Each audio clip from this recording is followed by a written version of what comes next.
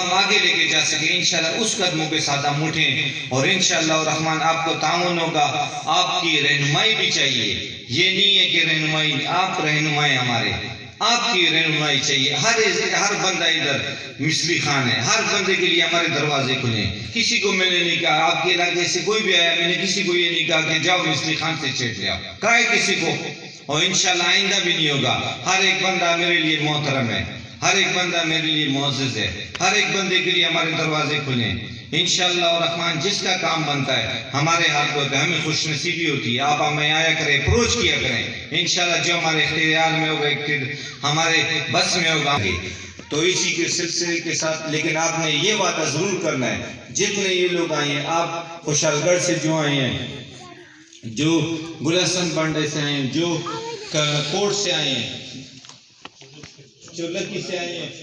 مرزمان چاچا امناز سے، جو بابی بانڈا سے آئے ہیں، یہ بھی میرا دوست ہے۔ دیکھیں اگر روح اللہ چھپ کے دوست ہے، یہ سامنے دوست ہے میرا۔ تو جو جس علاقے سے آئے، جو جس گاؤں سے آیا ہے، وہ اپنے آپ کو اختیار مند سمجھے، ہمارا اختیار مند سمجھے، وہ ہمارا بڑا ہے، ہمیں وہ بتائے گا، ہماری وہ رہنمائی کرے گا انشاءاللہ۔ آپ کی جو دو نوجوان بنے ان کو بھی بھیجا کریں۔ جب بھی آفر کیا ہے کہ میں بیٹھا ہوں تحصیل میں، انشاءاللہ آپ کے اسپتال میں، کچہری میں، تحصیل میں کوئی کام ہوگا، میرے فون پہ ہوگا، اگر فون پہ نہ ہوگا، اگر میرا آپ کے ساتھ جانا بنتا ہوگا انشاءاللہ میں جاؤں گا، ہم آپ کی خدمت کریں گے۔ آپ کو اندازہ ہوگا یہ جو اقتدار میں لوگ بیٹھے ہیں ان کی خدمت کا، ان کے رویے کا اور ہمارا انشاءاللہ ہم کہتے ہیں آپ کو بخوبی اندازہ ہونا بھی چاہیے، کیونکہ ہم جو ہیں ہمارا کوئی مقصد نہیں ہے۔ یہ علماء جو ہیں نا، یہ علماء جو بیٹھے ہیں، آپ یقین جانیں علماء جو ہیں وہ کہتے ہیں کہ آدھا انبیاء وارثین بھی، انبیاء کے وارث ہیں وہ لوگ۔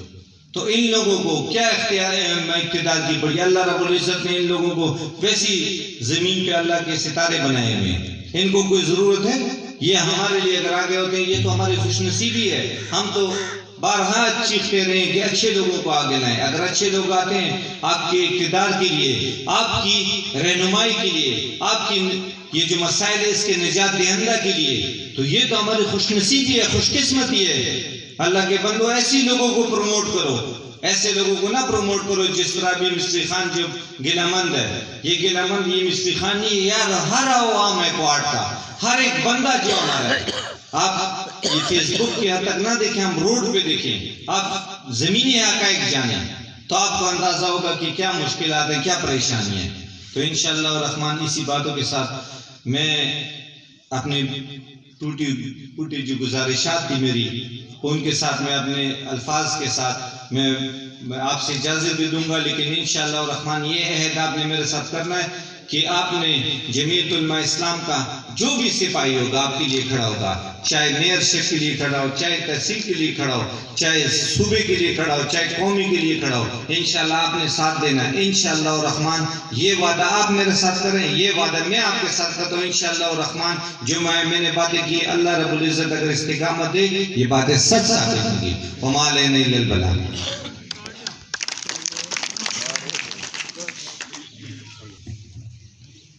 سیٹ گوہر سیف اللہ خان صاحب نے تفصیل کے ساتھ آپ حضرات کے سامنے اپنا درد دل رکھا۔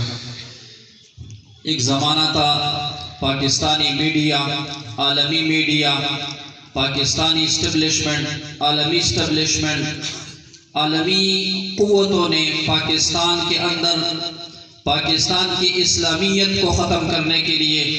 پاکستان سے ناموسی رسالت کے قانون کو ختم کرنے کے لیے، ناموس صحابہ کے قانون کو ختم کرنے کے لیے، پاکستان کو معاشی طور پر دیوالیہ کرنے کے لیے ایک منصوبہ بنایا۔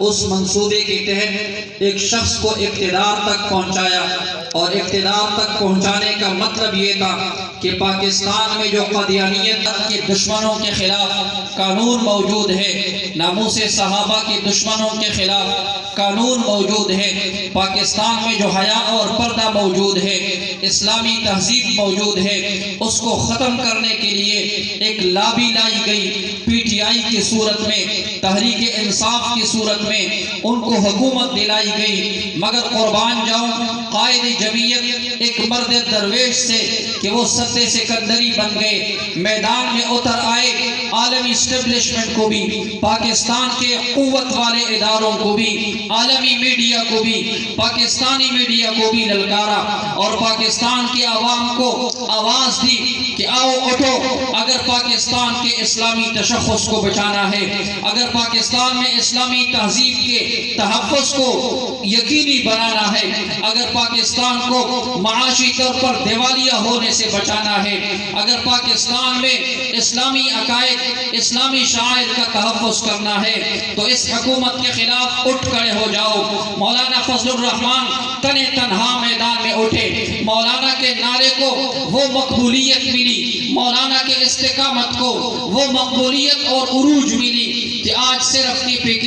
اس صوبے میں نہیں، پنجاب اور سندھ میں بھی جمعیت علماء اسلام کا طوطی بول رہا ہے، جمعیت علماء اسلام کی آواز آج